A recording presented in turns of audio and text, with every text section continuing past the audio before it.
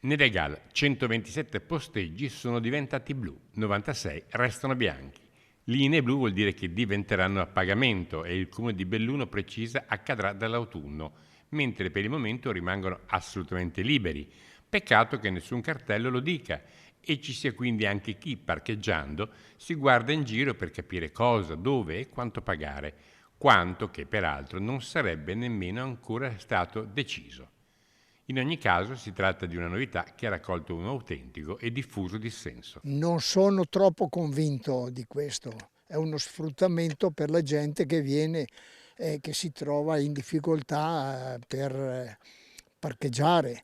Non dovrebbero farlo, dovrebbe esserci un parcheggio gratuito per sempre. Secondo te?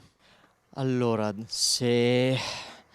Allora, c'è abbastanza flusso di gente d'inverno, ma secondo me d'estate potrebbero anche un po' evitare. Già di per sé ci sono pochi parcheggi.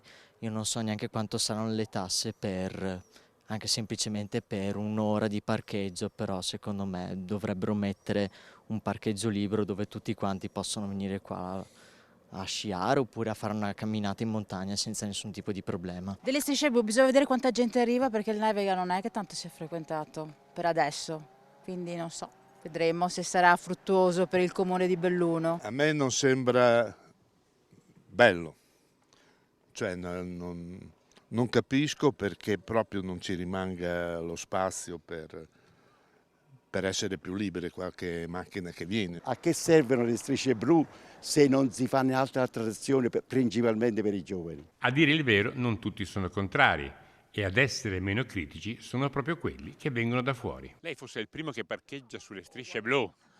Sì, forse sì, oggi sì, come prima volta sì, Cosa ne pensa? ma senza pagare. No, si paga sul blu.